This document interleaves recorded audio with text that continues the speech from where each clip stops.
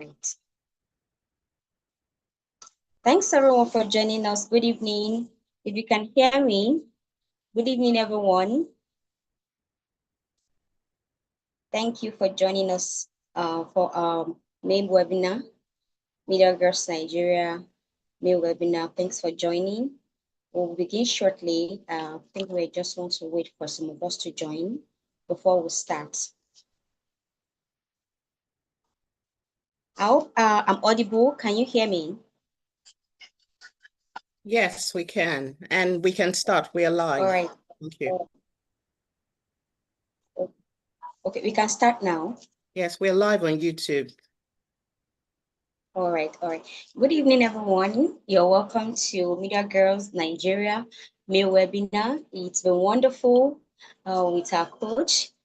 Thank you so much for giving me this opportunity to anchor this month webinar.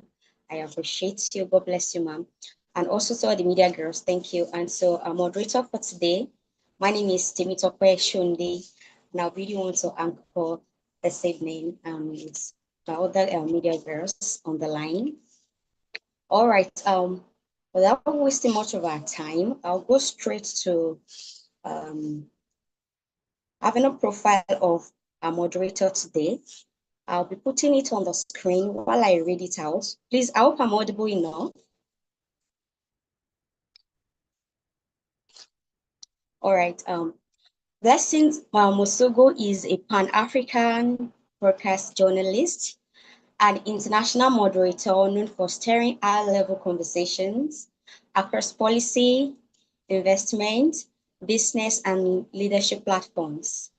She has moderated and hosted high-profile events and executive dialogues across Nigeria, South Africa, Ghana, and Namibia, convening government leaders, corporate executives, investors, and changemakers in rooms that shape regional narratives and economic direction. With close to a decade of combined experience in television and radio broadcasting, Blessings brings newsroom precision to live stage, translating complex ideas into engaging, structured, and impactful dialogue. Our modern style is sharp, informed, and audience-centric, ensuring clarity without losing depth. As a news anchor and reporter at News Central TV, a leading Pan-African news network, she anchors flagship broadcasts and drives conversations that bridge African realities with global perspectives. Our client portfolio spans multinational corporations, financial institutions, real estate conglomerates, and policy-focused platforms, including MTN Nigeria, Sahara Group, Hotel Expo, Golden Penny, and multi-cross-border investment and leadership firms. Join me as I welcome Blessings Mosugu for our moderating this evening. Please let's give a round of applause. Thank you, Ma. The floor is yours, Ma. Thank you, Ma. Thank you so much. Good evening, everyone. Media Girls Nigeria, it's such a pleasure to be here. When I got the call, I was honored to be invited to speak at such a gathering because I mean, the best way to learn better is to teach what you're learning. Can you hear me? Yes, Ma, we can. Okay. And so when I got the call, I was very elated, excited to be able to share the little knowledge that I have and I'm acquiring with my fellow media girls. So thank you so much for having me, Media Girls Nigeria. I'm so happy to be here and I'm so proud. Thank you so much to my mama, Oludolapo Adewale, for what she's doing. I see what you're doing and I am super proud to be a media girl. I see how much you're pouring into this. And I just want to say, well done. Thank you so much. Oh, all right. Thank you so much. We're so glad to have you with us this evening. Okay, let's start with this. We want to know, kindly share your story with us, how it all started, and that defining moment that shaped your presentation style. Because trust me, I'm one of your fan. You might not know. So just share it with us. How did it all started? Yes, yes, ma'am. Well, Can go. okay. Where do I start from? It's quite a long story, but I'm just going to try and shorten it and say only the relevant things. uh, growing up, I've always been passionate about communicating well, just being able to communicate properly. I didn't know whether I wanted to be in the media or not, but eventually I found out that it was something that I loved. And one thing that I would say is I'm a go getter. So from my teenage years, I've always chased my dream, and I was never afraid to reroute, because I think that that's the mistake a lot of people make when you feel like, oh, your path is to be a doctor. And along the line, you realize this is not my thing. But out of fear of what people will say, what your parents will think, you keep going. But I've never been scared of rerouting. So I remember when I was younger, I used to be a singer. It's not like it was a career, but all I wanted to do was sing. I would rehearse for hours, I would sing for hours. But eventually, I found out that I asked myself, and this is something I told the students of the Lagos State University recently. I was like, if there's something that I have the chance of being the best at, like the best in the world, what would it be? And I realized that I had a better chance as a media girl than as a singer, and I rerouted. So the whole of my university was me practicalizing. I volunteered for a lot of things. I joined the school radio broadcast station. I was running a show there. I had fans. And then during my NYC, I was also the head of broadcasts at the OBS. I joined OBS because I didn't want to be a part of the the morning drillings, but it was exciting as well to be able to give the news to thousands of people in camp. Exactly, OBS gang, you know. And yeah, so after OBS, I came to Lagos because I wasn't based in Lagos, and I got a job at Kaftan TV. I got posted to Kaftan TV as a core member. I didn't want Kaftan TV, but that was the option that I had at the time. So I got posted to Kaftan TV as a core member. And I saw it as an advantage because if I had gone to any other TV station, the possibilities of being on air as a core member were slim. So at Kaftan TV, I knew that this was my chance. And so I started trying. I started pitching myself to go on air. It wasn't easy because they felt I was just a core member, but thankfully the people there trusted me. And the first day they put me on air, that was the first day I went on air. And from then till now, I mean, it's just the story tells itself. I would also like to say that I was never afraid of taking up responsibilities. So where people would shy away, that was my chance. Where people were scared of doing things, that was my chance. And I found out that I was able to do things properly. And from there, I got News Central. At some point, I stopped TV, not because I really wanted to stop TV, but I wanted to just explore every angle of the media. So I left Kaftan and I joined Olori Supergirl Media as a social media manager because I wanted to know what happens behind the scenes of, blogs and media stations generally. And I remember my first time at News Central, it was Mama Oludolapo that actually taught me production. I remember that was the first place they placed me, and she showed me the scopes of it. And from there on, I just, that's it. Wow, wow, wow, that was fantastic. Thank you so much for sharing that with us. Media girls online, please, I hope you're with your writing materials. I hope you're jotting down some things because trust me, we're going to make a lot of, opportunity here today that will be beneficial to all of us. Thank you so much for sharing that. All right. My next question is, what are the qualities that we must have as a media girl? We talk about media girls Nigeria. What are the most important qualities we must have, whether for moderating or for presenting, for hosting an event? So, what do you think? What are the qualities that we must have? Yes, you can share with us, ma'am. Please, the first thing that you should prioritize is content over container. And I'm saying this because we've seen women in the media doing amazing things over the years. But unfortunately, in recent time, especially this generation, people want to go into the media because they see how fashionable media girls are. They see how their social media is buzzing. They see how they stand on stage or stand on air or on TV and they're speaking good English. And everyone is carried away by the enunciation and articulation and eloquence, but you don't realize how much work goes into it. You don't realize how much you strive to attain perfection as a media person. Gone are the days where, not even gone are the days, even till now, there's some mistakes you will make that will be national embarrassment. There's some mistakes you make. There was a lady, I don't know which country now, she made a simple mistake on air and it caused war between two countries. So people don't understand how relevant the role of the media is. So unfortunately, I see a lot of media girls want to be media girls, or a lot of young people want to be media girls because they see that you're fashionable, because they see that you always have makeup on, which is not easy, by the way. Look at my face, there's pimples.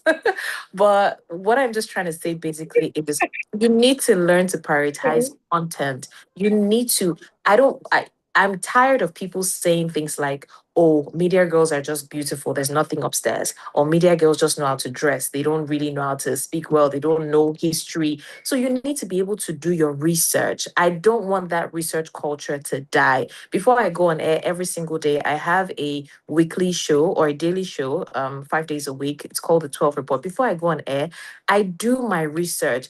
I came up with a segment called Postscript because I wanted to bring the news closer to home to people. And to do that, you have to be able to research the story, tell it the way people will relate to without mixing your numbers or mincing your words. So I'm tired of this narrative that media girls don't know what they're doing, they're just fashionable. We need to stop that. We need to let our generations be the one to stop that. So the number one thing I'd say is prioritize content over container. Yes, you should be fashionable, you should look good, you should be an eye candy, but that's not all that you should be. That's one thing. Another thing I'd say is audacity. You need to be audacious. You need to know what you're fighting for and stand your ground. I've experienced a lot of things, even where I work. They're very accommodating. They're lovely, but there are times when they want to know if you know what you're doing, right? So there are times when you experience pushback, not because they don't like you, but because they really want to know if you genuinely believe in what you're. There's times when I'll pitch stories and I'll have to stand and defend my stories, right? So you need to be audacious. You need to be able to stand up and speak whenever and wherever necessary. So audacity is one. And then I think focus is another thing. Yes, there are also people who want to be media girls, like I said, because they feel like that's what's trending. When content creators start trending tomorrow, their attention has shifted. When lawyers start trending next tomorrow, their attention has shifted. And being a media girl, you have to know that it's not all rosy. It's not all makeup. It's not all English. There are times when you would cry. There are times when you'd be thrown out into the rain to do a story. And not even just for broadcast journalists as well, presenters as well. There are times when you would read your script and there'll be nothing in your head. You need to brace up for those kind of moments. That's why I said content over container. So as a media girl, there's a lot more work that has to be done than people talk about. Oh, wow, thank you. If there's nothing to pick up right now, content over container. That is that's very powerful. I'm gonna put that somewhere because I'm coming back to that very soon. Thank you so much for that. It's really insightful. Thank you.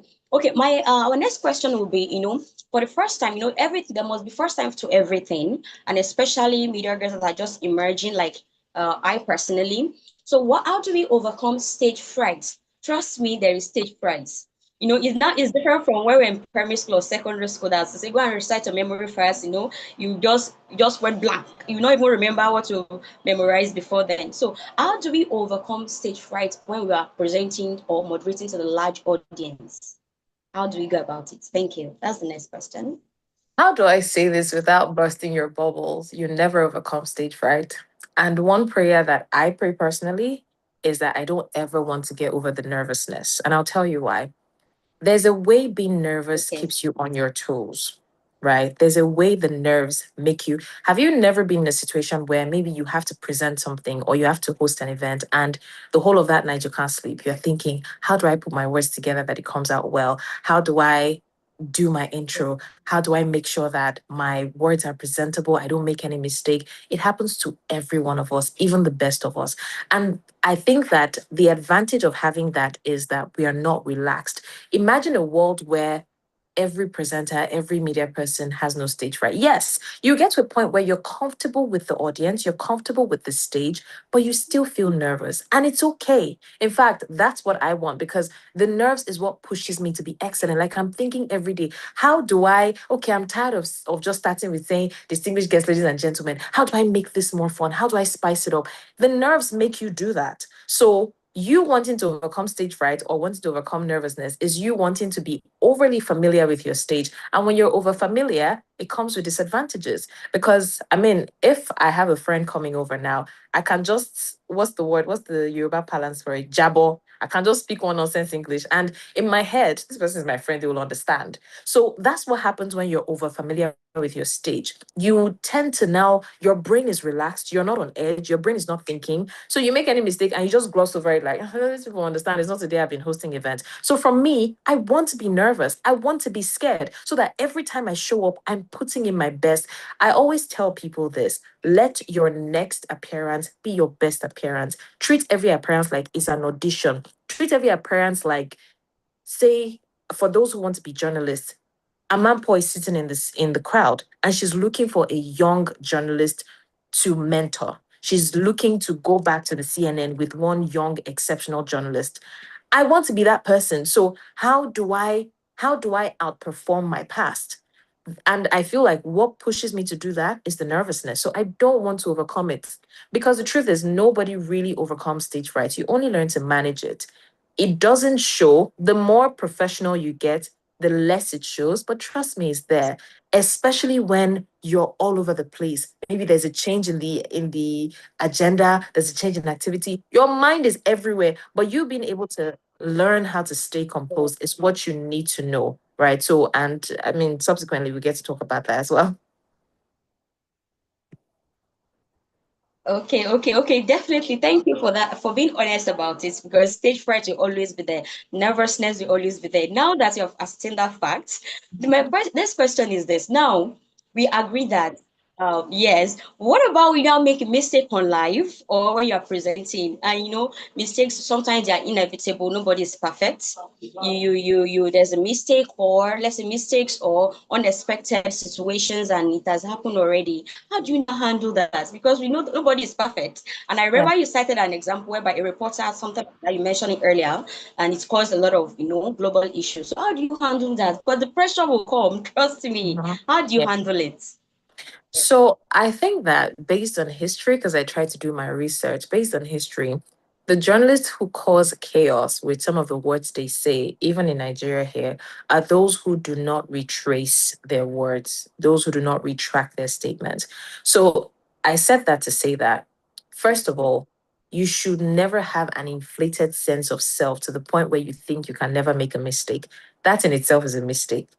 Everybody is human. And as long Okay. as you're human, you are prone to making a mistake. Please confirm you can hear me. All right. Yes, we can hear you, ma'am. Please go on. Okay. Okay. So as long as you're a human, you are susceptible to mistakes. So the first thing you need to do is acknowledge that I'm human. At any point in time, I can make a mistake. Now, knowing that, one of the things I said in my quick five, which is an episodal thing that I used to do before now, was that the moment you make a mistake, there are people listening to you and they're not stupid. The mistake some people make is when they make mistakes, they want to gloss over it like nothing just happened. Like I say something like Dr. Congo instead of DR Congo, and I just continue as if I didn't just say something. Your audience are intelligent people, so you owe them an apology. And that's why, as soon as you make a mistake and you know that you made a mistake, immediately you just say, "Oh, I beg your pardon," and correct yourself. Now, there are times when you would be so carried away by what you're trying to say that you don't even realize that you made a mistake. If you remembered, maybe in the next segment, maybe you've gone downstage and you've come back and you remembered while you were downstage, come back and acknowledge that mistake.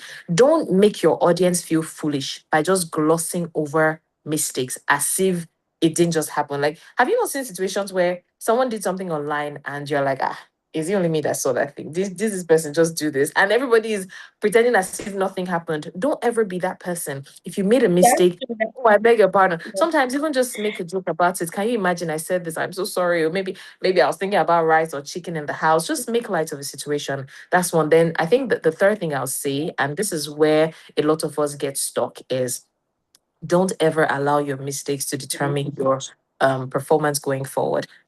I used to fall victim of that. I remember one time where I was hosting an event and I was introducing someone on stage, and instead of corporation, I said commission. I can't remember the whole thing now, but I remember the I Yeah. don't know the exact thing, but let me not give wrong details. But instead of corporation, I said commission. And then the man came on stage. And this event is an event. So let me just give context. The event was a book launch by a journalist about commanding your stage. So imagine the brilliance in that room, the level of intelligence in the room, especially when it comes to English literates, level of eloquence, everything checked, and I had to host it. So when the man came on stage, first of all, he insulted me and blamed the host for making me his MC, in an event that should have been the high profile event and all of that. And then he said, he had already insulted me, so my mood was down. And then he said, I am the this of so corporation, not commission. And trust me, I felt like ground should open and swallow me. I was done for that day. Like nothing was sticking in my head anymore. And we're just starting the event. I was disorganized. But thankfully, and that's why mentorship is good, in that audience was Mojibade Shosonya. She's a TV presenter and an event host as well. I'm sure you know her. And I didn't know she was in the room. She was sitting right behind me and she tapped me. I just rubbed my shoulders and then sent me a message and said, what matters is your comeback, not the mistake. And immediately I read that, I just tried to take a breath. And by the time I was going back upstage, luckily for me, I had read the book. So there was a part of the book that actually talked about coming back from mistakes. And then I picked that part of the book and I Wow. went up stage and I was like, okay, fine. This particular book we're launching today said that if you make a mistake, and I even said chapter this, I quoted the exact thing. I said, Oh, when you make a mistake, learn to come back from the mistake, apologize for making a okay. mistake, and so I looked at him and I said, I'm so Okay. sorry that I made the mistake. And the funny thing is, it wasn't even my fault. It was the organizers who made that mistake. So they just wrote it for me, commission. So, but I didn't blame anybody. I just apologized and I said, it's my fault. I'm sorry I did that and it's not going to happen again. And I even made a joke about it. And the next time I was bringing it back, I enunciated that and everybody clapped. And it made me feel good that they were more receptive Okay. of my comeback than the mistake. So yeah. Okay, okay, okay. Oh, wow. Thank you for sharing that with us. So, mistakes should not define us. Rather, we should actually rise above it. Thank you so much. All right. Now, looking at what is going on in Nigeria right now, I don't want to be too immersed in this because my next question is, as a broadcast journalist, now we want to report. How do you remain professional when reporting a sensitive issue, like a sensitive situation, and how do you remain professional? Because trust me, a lot of journalists actually don't maintain professionalism when they are reporting a sensitive matter. Yeah. I don't want to go into no details. You Yeah. understand? Well, how do you remain professional? Yes, when they are reporting sensitive issues like that. Yeah, thank you. Well, it's hard. It's hard. And for us, our professionalism is termed with just one word: objectivity. As simple as that word is, you would realize that a lot of journalists find it hard to be objective. And would you blame them? We're living in Nigeria. I'm first a Nigerian before I'm a journalist, right? So when they say people are Exactly. kidnapped in Oyo State, I live in Lagos. So it hurts. It hurts to think about Yeah. it. But as a journalist, one thing you need to remember is that no matter what, your duty Mhm. is to serve as a conduit. And this also applies to presenters, even if you're not a journalist. Your duty is to serve as a conduit. And by conduit, I mean, the wire, for example, that connects light from your transformer to your house. Yeah. Wire in Yes. Yes. itself does not have light inside. Yes. The wire's Yes. Yes. Yes. responsibility is to carry light from the transformer into the house. Anything that happens between the transformer and the house is not your business. So if you know that every day I go on air, I tell myself, Blessings, you're just a conduit. And so even with the new episode that I started doing postscript, I posted one recently and it went viral. I didn't even know it was good. I did that because I was hurt, right? But I did it in the most objective way possible. So I wasn't blaming the government. I wasn't exactly blaming the people. It was just a wake up call. And I didn't know that people were going to jump on it that well. So what I try to do every single day is remind myself, Blessings, what you owe the people is the truth. What you owe those in power is accountability. So you're supposed to carry the story from those in power to those who are being governed. That's from the governance to the governed, and let them be the ones to judge the situation. So as an individual, so one thing you have to do is separate yourself as a professional and as an individual. In my house, I can cry, I can blame the government, I can say, "Hey, people, don't punish you. This or that, you're not doing well." I'm just saying. But Okay. on air, I'm a different Okay. persona. On air, Okay. I am professional. Think of it as being a lawyer. As a lawyer, you are meant to defend. Have you ever seen situations where serial killers go scot-free because their lawyers are good? Do you think the lawyers, and the funny thing is the lawyers might be Christians. Do you think they don't love God? They do. But their job is to defend the person that came to them. Whether he was a serial killer and they found the knife in his hand, your job is to make sure they find him not guilty. So if you have to divert the truth, we don't do that, thankfully, as journalists. But I'm just saying lawyers stick to, regardless of their religion, their moral standing, they stick to the fact. That's what we do as journalists and as presenters too, and event hosts. If I'm on stage hosting an event, I'm not exactly going to, even if I'm hosting an event for, say, APC, for example, I'm not going to stand there and say APC is the worst thing that happened to mankind. Of course not, because in that moment, they are my clients. So I owe them that respect. Now, that's quite different from journalism because journalism, you don't have any stance, you don't have any opinion. Unfortunately, we do not really uphold journalism standards because we see a lot of journalists who attack people, especially they become overly opinionated and they attack their guests. It shouldn't be that way. You need to learn to be professional. I remember, I'm sorry, let me just give the story and then I'll be done with this question. I produced and presented an interview in October or November last year with Reverend Ezekiel Dachumo, the reverend from the north, who said that Christians were being killed. Now, a lot of people are saying it, but he was more vocal about it. And I made sure we brought him into the studio. I single-handedly produced that. And I did my research, right? I'm a Christian. And it hurt that people were being killed in the north. But I did my research. And one of the questions I asked was based on my research. And the question was, I think about 60% Muslims were being killed in that period. So if you say that Christians are being killed by Muslims, who are the people killing the Muslims? Are you sure that it is? Because again, as a journalist, I cannot say I'm first a Christian, so I support you what you're saying. So I had to ask the questions based on the fact. And in the comment section, people were like, who is this journalist that is asking stupid questions? The government has paid her to ask these stupid questions. But I know that my ethics and standards is to stick to the fact. So regardless of what you think I am, regardless of if you think I'm supporting the government or not, what I owe you is to give you the fact, and you would have to answer based on what you've seen. So yeah, let me just stop there so I don't go too far. All right, thank you. Thank you for that wonderful educative journey that you just took us. God bless you. Thank you so much. All right, my next question, I want to believe that I'm still an amateur, I'm still coming up. I don't really have much knowledge about field work, reporting, and the studio presenting and all that. And I want to believe that they are not of the same level. So what role do body language play in presenting? Sometimes, we're asked, to we can speak through your body language, can gesticulate. But now, let's say you are doing a studio presentation. So what role does it play in presenting? That's body language. What role does it play in presenting? That's my next question. Thank you. Okay, so I'll start this by giving a brief story. I remember when I was in Kaftan TV, the excitement of going on air was a lot for me. So I was more about my energy than the body language. And I remember one particular story where I was talking about 20 people who died in a cave.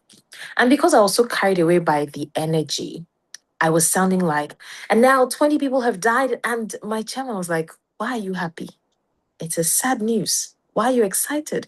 And so that brought my mind back to the fact that your expressions and body language should reflect what you're actually saying. So if you're saying, oh, today's Children's Day, we're excited, we're happy, if the next story is a sad news, we are not robots, right? So the idea is to show empathy. So it's okay to drop your tone. It's okay to say, and now to a bit of sad news, about 20 people have died. You don't have to be happy because you may not be happy. You're just generally energetic about the story, but you have to learn that the story undulates, right? So it's up, it's down. And when it's a somber story, you have to maintain a somber mood. Because imagine if the parents of those who died or the parents of those who were kidnapped are watching you and you're all smiles and they're wondering, what's making you happy? Do you understand? So you have to, as much as you want to stay energetic with the news, you have to be able to read the mood, read the room, understand what you're talking about, the gravity of what you're talking about. Do you know that there's a way as a journalist, I can actually blame the government without saying a word? Imagine me saying, so 40 something people have been kidnapped and nothing has been done. I'm not saying anything, but I'm saying something. Do you understand? Till now, we haven't heard anything. Children are in the bush. They were celebrating Children's Day and there were no children to be celebrated.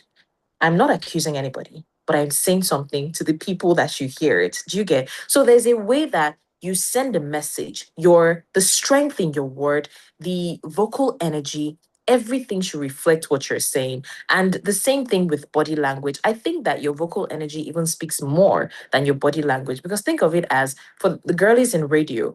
Do you know that there's a way that I can be listening to the radio and if a professional is giving the news, without even knowing what the story is about to be, I know that it's a sad story. Imagine if someone is saying, "Oh, Arsenal lost to PSG yesterday, and PSG fans are excited. Arsenal fans are sad, but PSG, like I can read what you're trying to say without really understanding. So there's a way that I think you should prioritize your vocal dexterity over body language. But body language is also important because as a broadcast journalist, I'm not just going to sit down and be staring. Like sometimes you want to move. What it does is for you, it shows authority. It shows that you are commanding the story. You know what you're saying, you know what you're doing. And it's not boring because people want to see there's a way you can reflect punchlines with the move just by the movement of your shoulders. I'm not saying you should not start dancing on your sit, but there's a way you can reflect punchlines by the movement. So there's a lot you need to understand. Your eye movement,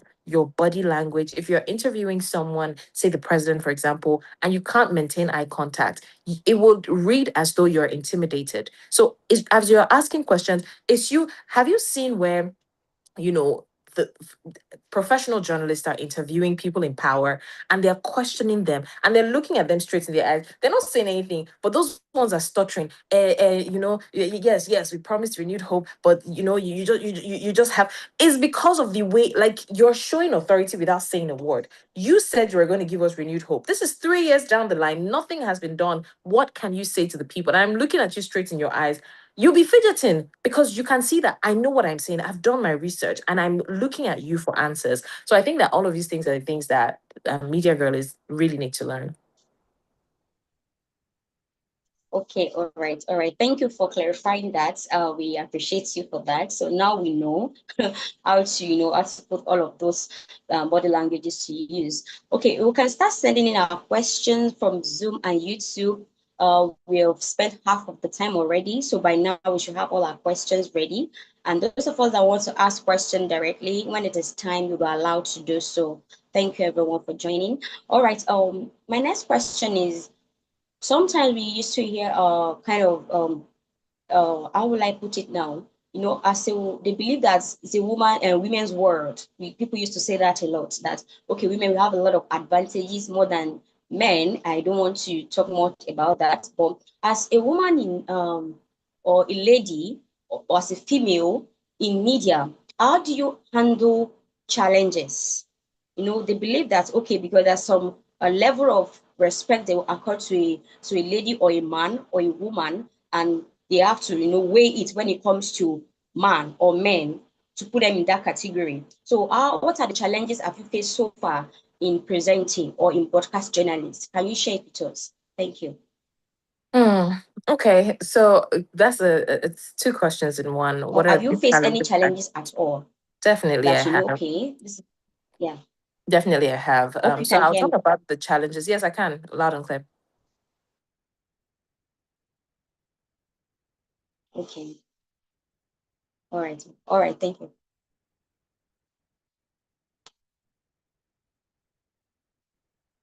I'll talk. Hello, can you hear me, ma? I think your video is muted. Uh, hold on. I noticed. Sorry, can you hear me? Yes, yes, yes, I Okay. can. Okay, great. So I was saying I'll talk about the challenges that I faced, and I would also talk about how I believe that some of those challenges.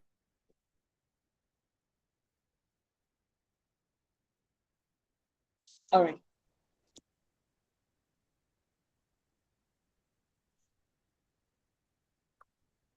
Apologies, can you hear me?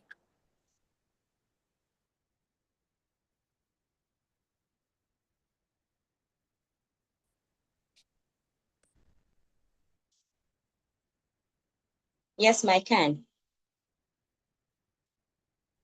Yes. Can you hear me? Okay. I'm so Yes, sorry yes, about please. that. Yes, yes, Yeah. yes, I can. Okay. Sorry about that. So yeah, I was saying that I would talk about the challenges and also talk about how I feel like some of those challenges can be surmounted. I said some because I'm also still learning, so it's not like I've overcome every challenge I'm facing.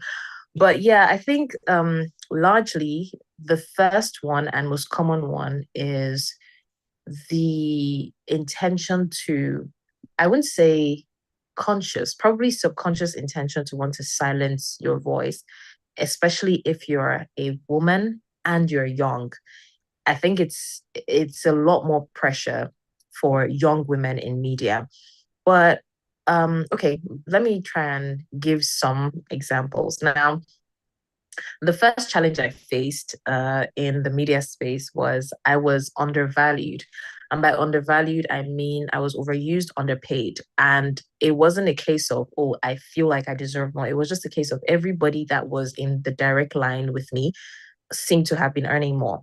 And it felt very frustrating. Every time that I brought it up, it was a case of, oh, you're still young, you would grow into it. And I felt very disrespected by statements like that because I was pulling my weight, I was doing my work. But without overflogging the issue, because I don't want to speak too deeply into the matter, one thing that I realized has worked for me over the years, please confirm you can hear me.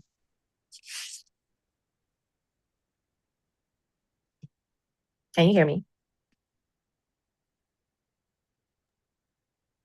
Okay.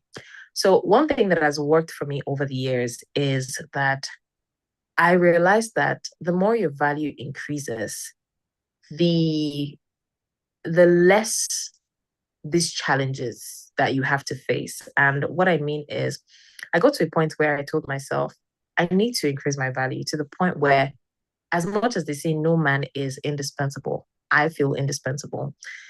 And that's what I started trying to do. I started working on myself. I started doing a lot more work. I started developing myself. I started building myself. And honestly, I didn't do all of that just because of the place that I was working at. I did that for future purposes. I invested heavily in myself. And I realized that the more I did that, the less challenging it became because my voice was now heard without too much struggle, unlike before. So when I've shown that I can do something, when I've shown receipts, when I come back with more suggestions, there's less pushback because they've seen that, this girl can actually deliver. So I think that one of the major piece of advice that I would give is no matter the challenge you're facing, I know that there are tons of challenges and I don't even want to start mentioning everything, but I feel like the basic universal solution would be to increase your value. And by increase your value, I mean work on yourself, build on yourself, show that you can actually do things by yourself without being told what to do.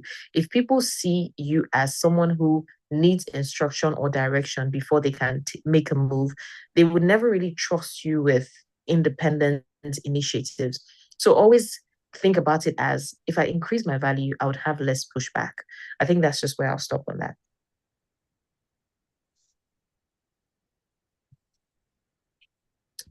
I don't know if my speaker can still hear me.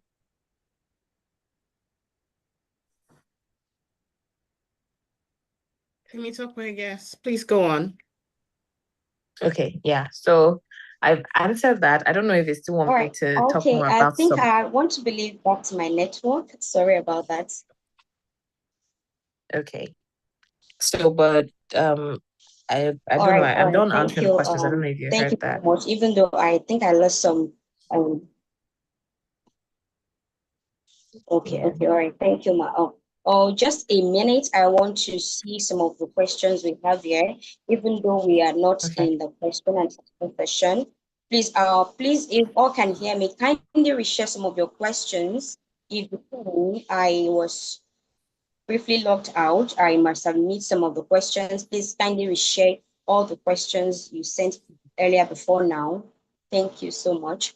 All right. I want to ask a question. This is a little bit personal. I hope you can hear me. Am I audible enough? All right. How do you train your voice? Because I remember the first time I heard you on TikTok, I was just surfing and I came across this video of a video you made on GTCO Food and Drink Festival. And the voice was really enthralling. In fact, I saved the video on my phone, not even knowing that we still have a day like this, whereby we get to, have these events. So, do you train your voice in a particular way that made it sound like that, or that's general how you sound? Sorry if I'm sounding a little bit, you No, know, it's fine. this It's way, fine.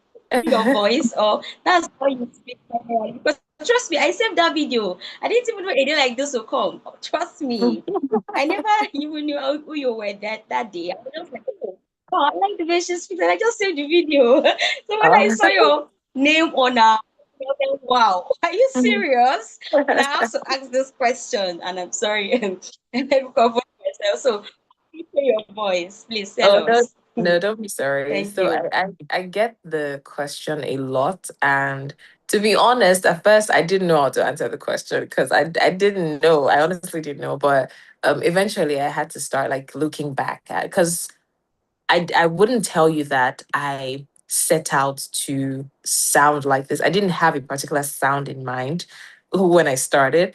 But I think in hindsight, like I said, when I started off, I was passionate about communicating clearly. And the mistake many people make is they're more interested in the accent than actually eloquence. But for me, it was just more about speaking right, speaking clearly. I'm not going to lie. I think from when I was much younger, I always got compliments. Oh, you have a nice voice. Funny how at some point in my life, I didn't really like my voice because I felt like it was too deep for a woman. All right. But that's story for another day.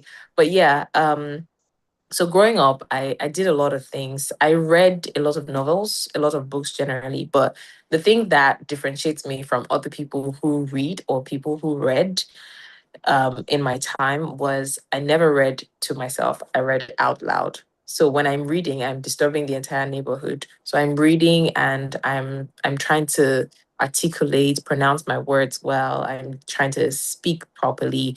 And this might surprise a lot of people, but I also watched a lot of maybe not cartoons, but Nickelodeon channel. So I exposed myself to a lot of international content. Now, growing up, don't worry, it's fine. I can still see you. Growing up, my mom used to watch. She still does watch a lot of Yoruba movies, and so because of that, I had no choice. I watched a lot of Yoruba movies, but it got to a point where, especially when I realized, it will surprise you to know that at some point in my life, I struggled with the H factor. And when that happened, I was like, oh no, I'm not going to let myself do this. So from that moment, I banned Yoruba movies from my house, especially when I left my mom's place anyway. I wasn't going to ban her from watching Yoruba movies, but when I was in her place, I tried my best not to watch Yoruba movies. But when I left her place, I started exposing myself to CNN, BBC, Al Jazeera, British movies, because of course we're colonized by them, American movies.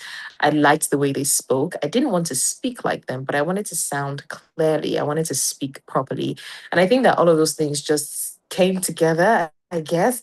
Another thing that I guess helped was from my NYC days till now, I've done thousands of adverts for different brands. And when I say thousands, I mean thousands, from News Central, Kaftan TV, voiceovers, because I started off as a voiceover artist and then I started doing adverts for different brands. So in a day, I can read, like, I'm almost always talking. My job is to talk. So I think that consistently practicing and doing that just now made it a second nature. And I think the same thing applies to, because I saw a lot of comments on my TikTok where people would ask, oh, how do you memorize your script? So I do this intro video for all my events where I say everything without reading a book. And people are like, oh, how do you memorize your script? And I realized that it came from constantly doing adverts for brands. So unlike people who, and that's why it's good to be excellent or to strive to be excellent at your craft. Because for me, I didn't want to, I hated the fact that I would have to read two lines, then cut, then go and read them. And I just told myself, can't you just memorize everything and just, so I challenged myself to be a one take queen. So I think the same thing applies, just consistently doing it, consistently. The kind of things, I'm very particular about what I watch. I'm particular about what I listen to.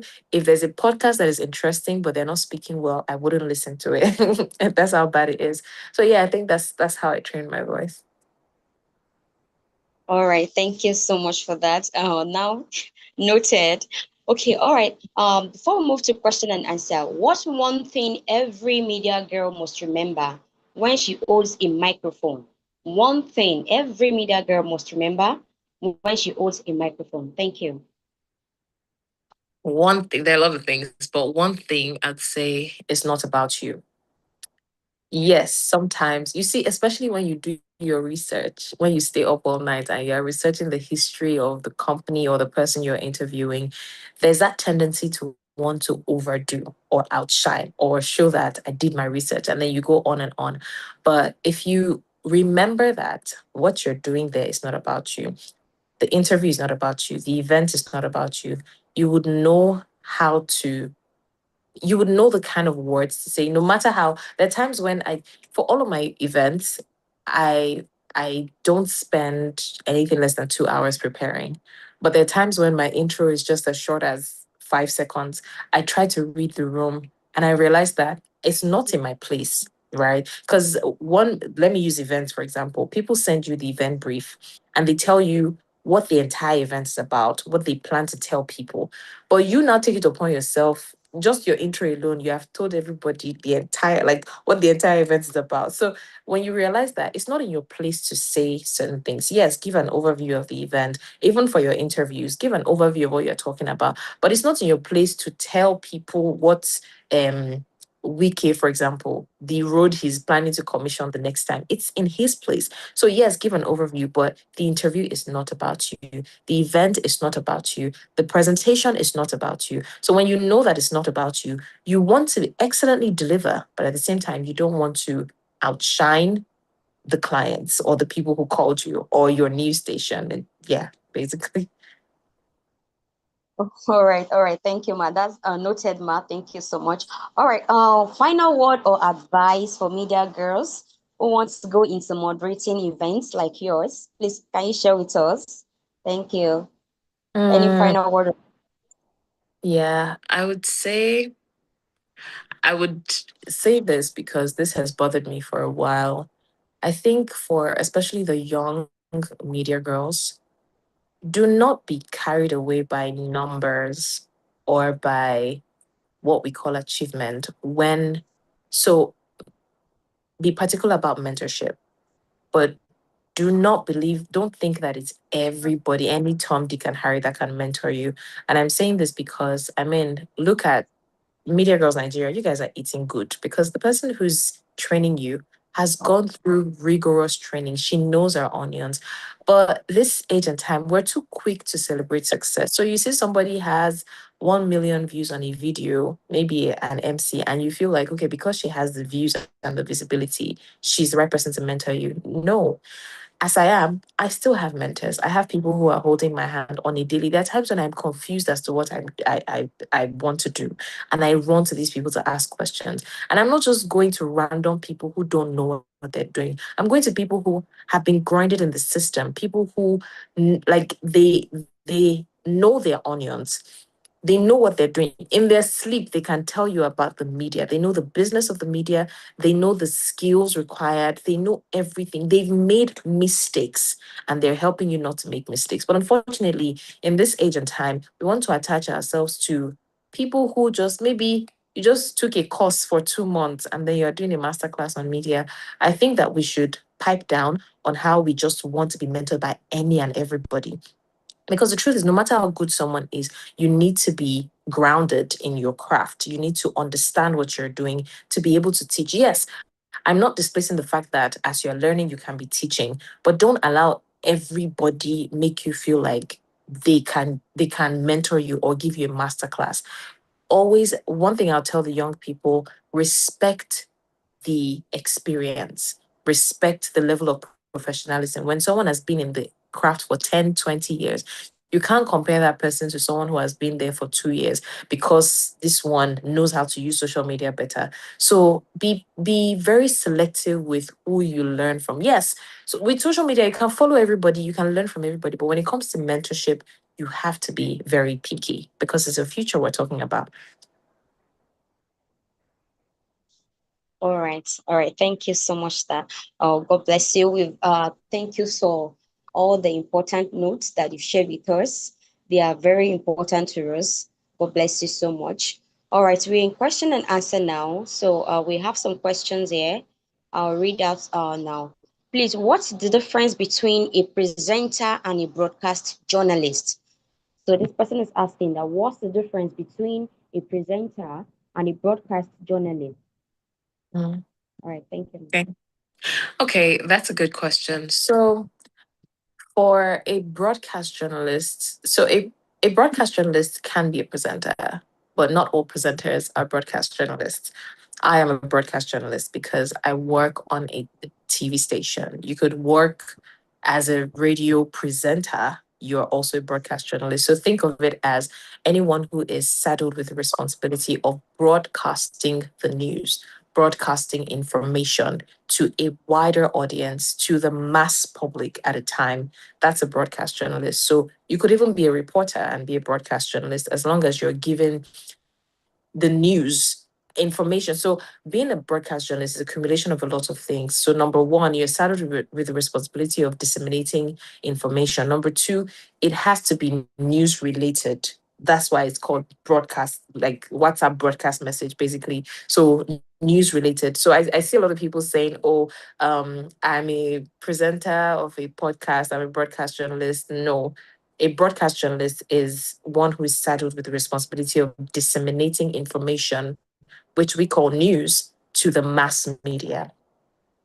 That's the broadcast journalist. Um, a broadcast journalist is also a news presenter. That's why I said a broadcast journalist can be a presenter. I'm a news presenter because I present the news. I can be an entertainment presenter. I can be a red carpet presenter. I can be the presenter for an event. An anchor is also a presenter. A host is a presenter. So you're presenting maybe a prepared script or even off the cuff, but you're presenting. It's more flexible than broadcast journalism. Broadcast journalism has, I think, more rigid ethics, let me put it that way, than just being a presenter. So when I worked with OSG, for example, I did a segment called The Scoop. I was the entertainment presenter. So I would read my script, I would go over my script, I would add a little bit of ajasa. But with broadcast journalism, there's little room for extras, right? So breaking stories, yes, you can read it in your own style, but you have to be focused on the facts, on the details, on the information, and not just presenting. So I don't know if that makes any sense. Oh, yes, yes, it does. Thank you, Ma. All right, another person says, in the age of AI and age where everyone being a content creator, how do you manage being a true and professional journalist or presenter? I don't know if I Mm. should read that. Oh, no, no, I got that. That's a very interesting question. So Okay. I remember, well, maybe not extensively because I'm still young, but yes, I do remember a time when people looked up to the mainstream media for information.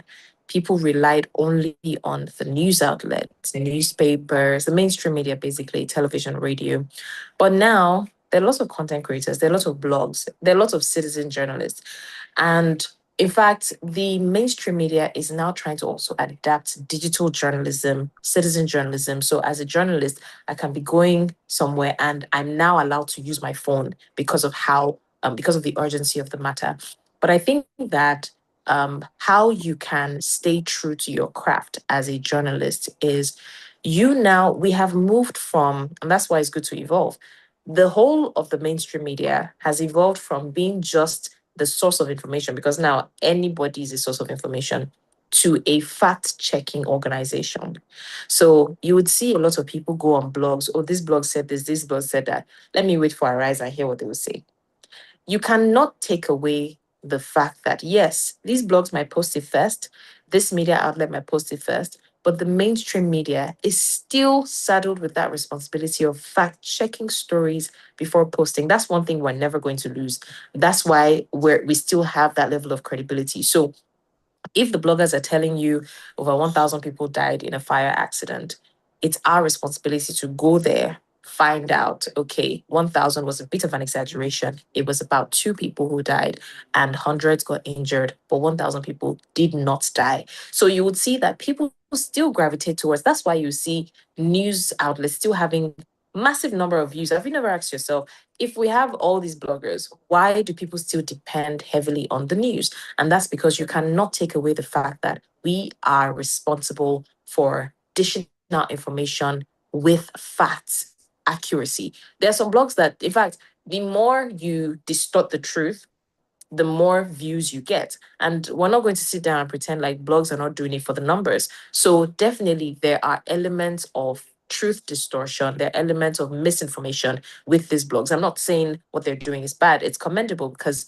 they give out the information on time, but you cannot take away that essence of factuality from us. And so as journalists in this age of time, I think that you should not now um attributes qualities of a blogger to yourself as a journalist.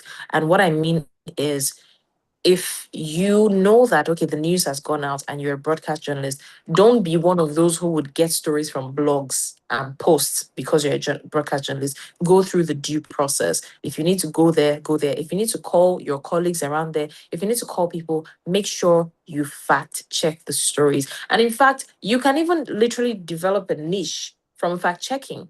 There's so many fact checking organizations. Yes, the story has gone out, but you would recall the story and now dissect it. This thing that they said this person said, did he really say it this way? Or was this what this person said? So I think one thing you can do is take it upon yourself to make sure that anything that comes out from your mouth or from your personal platform or the platform of your organization is not false. I don't know if that makes sense. Oh, of course, it does. It does. Thank you. All right. Thank you so much. Oh, that's gotten already. Okay. Tell me Olusonya is asking. I want to know, how can women who want to become a presenter get their first radio or TV or broadcast job? Mm. That is a question. Yeah, interesting story. Okay, so I would I would use myself as an example. When I started doing voiceovers, my portfolio was my social media. I don't think people realize how blessed we are to have social media. It's not like those days when you have to go from one TV station or one radio station to another, showing them CV. Now, all they need to know is your name, and then they just go online. And yes, let me quickly say this: you are not serious until the name that reflects across your social media platforms is your actual name. I know I'm going to step on some toes here, but I cannot on social media be bearing its Queen B without having. So on TikTok, my sub name is Queen B, but you would see Blessings Mosugu. On Instagram, it's Blessings_Mosugu. On LinkedIn, it's Blessings Mosugu. If you are serious about your craft, your name will be your name. You cannot be bearing is Gemini when your name is Olasumbo. That they can't find you. That's the truth. So one thing you need to prioritize is your visibility. And that brings me back to what I was saying about voiceovers. When I started voiceovers, my portfolio was my social media page. All I did was go on TikTok, do all these voiceover challenges and posted it. And I got tons of clients just because they go online. Sometimes people don't even need voiceovers. They go online. That's what the save button is for. They go online, see your page. Ah, this person might come in handy in December, and they save.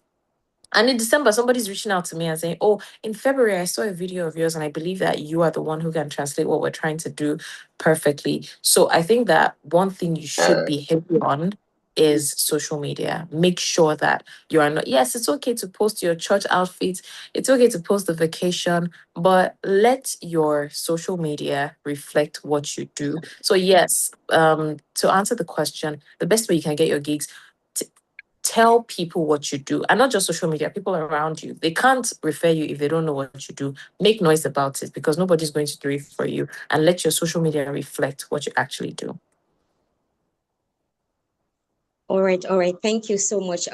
Even though we're about to wrap up, but Rejoice Edulem, please, I notice you've dropped this message for quite some time now. Can you quickly ask your question, because we're about to round up?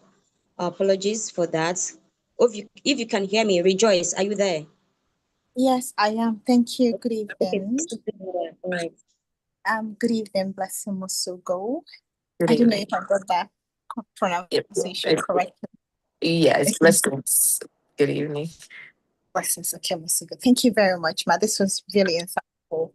And I must say, I've been following you on Instagram for a while, and I always get amazed, wowed, and swept, by the a wave of things you put across, and I'm just always mesmerized. But my question is based on my own experience, because growing up, we I grew up in a house where we spoke English throughout. So yes, I have a very good command of English. I I probably don't have those little mistakes that people make here and there. But there is this thing I have concern with. It's always that I overly speak. It's like I don't know how to should I say speak to an elder, or maybe speak to certain situations, because my words are my words to me. I am just trying to pass across the truth. And sometimes it comes out as being rude. I have that challenge, and it's made me silent. Yeah. I had to, I got back into my shell. I really don't know how to come out from it right now. I'm stuck with it. But somehow I just know that I don't need to say certain things to please people. But at the same time, I need to be able to pass across the message, either to elderly people, my age group, or younger people younger than I am. So I don't know how to walk past this stage where I am at. And then secondly, I want to ask for myself, and maybe for any other person that uh, is willing to be a mentee on the year, if it's something that you are open to, doing. Thank you. Okay, thank you for those questions. So let me quickly, if I got you right, the first question is, you're brutally honest. You don't know how to sugarcoat things. Is that what it is? You just say things as they are, and it might come off to people as being rude when you're just speaking the fact. Is that true? Yes, yes, yes. Okay, so I think that we have that in common, to be honest. My friends and people close to me will tell you that I don't know how to hide the fact. I would tell you things the way they are. But so that's the difference with my profession and my personal life. Because even in my personal life, I now had to start learning. I read books, right? And that's one thing. I'm glad you asked this question, because when you hear, oh, media girly, you just believe it's more performative. Yes, you just go show that you can speak English, but there's a lot of groundwork that needs to be done. You need to read books about emotional intelligence, because the truth is, the people that you're trying to communicate to, if they feel attacked every time you try to communicate, it's a problem. You need to be able to effectively communicate. Effective communication goes beyond being articulate. It's about, so people always say things like, I'm responsible for what I say, but I'm not responsible for how you understand it. It's not true. You're responsible for what you say. You're responsible for how I understand it. Because let me use the common phrase, are you mad? If I say, are you mad? And I say, are you mad? They're two different things.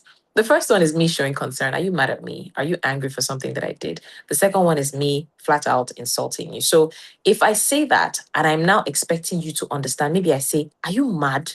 And I'm expecting you to understand that what I mean is, are you angry with me? There's something wrong with me because I cannot determine how you understand something if I do not communicate it properly. So effective communication is more important than communication in itself.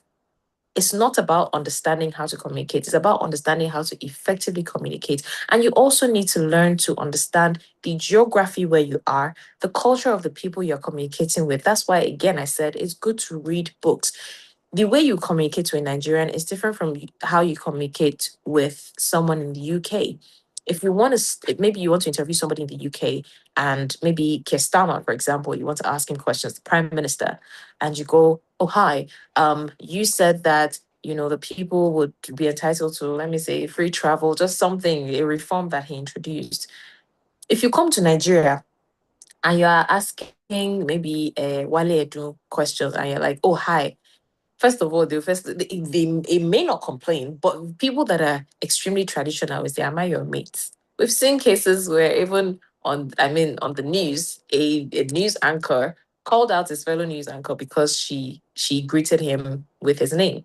So yes, it's not right for them to call you out because you know that hi is a general greeting, but it's left for you to understand that geography matters, culture matters, and the way you communicate with people matter. If you're in a place where you need to dobale before you can ask, if you go to the palace, for example, and you want to ask a king a question, you will not be seated beside him. You won't even be standing. There are times when people would have to squat or genuflect or something to ask questions. It's not you being intimidated. It's you respecting people's culture. So you have to learn emotional intelligence. You have to learn communication skills, soft skills, how to communicate, what to say, like things you can even say instead. There are times when, let me use doctors, for example.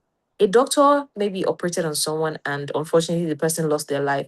If the doctor wants to go and tell the family, they won't just go and say, the person has died. Oh, no, because you have to be empathetic. You have to know how to communicate with the person. The reason why they say, "Oh, we tried our best, we did this, we did that," but unfortunately, it's not because they want to use a lot of words. It's because they're trying to euphemize the situation. They're trying to make it lighter. If you just come and say, the person exploded into pieces, it leaves a more impactful effect on the families. So, whatever profession you find yourself, effective communication is more important than communication itself. So, yes, I do not want that to stifle you, that it will stop you from communicating, but you need to be considerate when you communicate with people. You need to know who you're talking to. You need to be like emotionally intelligent to communicate effectively.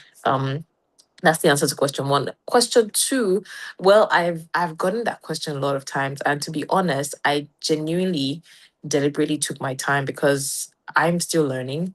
And as at the time I started getting the question about mentorship, I wasn't ready. However, I'm working on something, and I will be announcing it soon by the grace of God. And definitely, I'm hoping that everyone can get on board. So yes. All right. Thank you so much. Thank you so much for the wonderful time. We have really encroached our time. We are 9 minutes late. I think at this point in time, we need to drop our favorite emoji for our guest for today. She has done wonderfully well beyond our imagination. Thank you so much. God bless you. Also, we yes, and if you're not following Media Girls Nigeria, please follow us on Instagram. And if you're not part of our community, please you can send us a DM on Instagram as well. Thank you so much, our coach Olujola Adiwale, for bringing all of this Hello. together free of charge. Hello, can you hear me, ma'am? Yes, it's Grace. I have a couple of questions, but I'll just limit down to one. Just one question, please. Oh, Sorry, no, Grace, oh, we no, don't have no, sorry, time sorry. anymore. We don't have time You can do anymore. that later or send it on WhatsApp, please. We have to round up. We have a lot of questions. We just have to. All right, ma'am. Okay.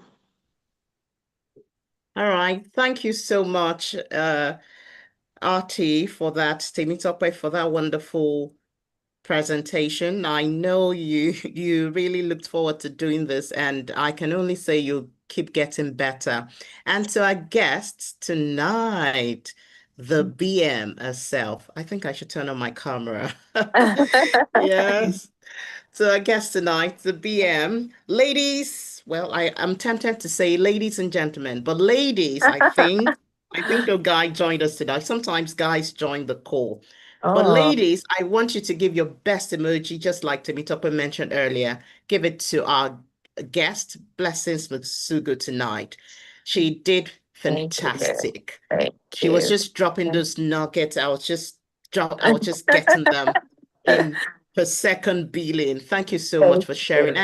And one beautiful thing that you did was the fact that you laced it with good storytelling. I say that in my public speaking classes. The fact that you use relatable stories made it drive home the point. And I want Yeah. to say thank you so much. I know there are a couple of questions. Maybe I'll just copy and paste it. And in your free time, Blessing is so busy.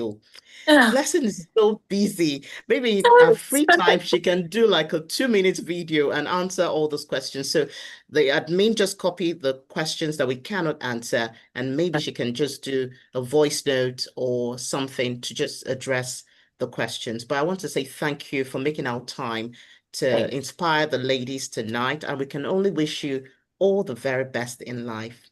thank Love you you. so And much. that story I'm that so you honored. mentioned about production, your production day at News Central just Yeah. made me cry. Yes, I would never forget. I would never, you were the first Uh, person. They took me to your guest and to your desk, and you really put me through. I would never like oh, my production story is not complete without mentioning your name. So thank ah, you. thank you. Thank you Thank you so so much. I still much. miss News Central, but Ah, I had to move on. I know. And we see the Yes. impact. Thank you so much for what you're You're doing. welcome. Thank you. So All please, right. ladies, like we usually say, please go to the WhatsApp group now and drop your wonderful words, what you got from tonight's class, so that I can forward it to our guest and she will read your messages, and it will also inspire her to do much more. Watch out for what she's going to drop soon. What's your handle again? At blessings Blessings. underscore Musugu. Yeah. Thank you. Good night, everyone. Thank you so Love much. you. Good night, everyone.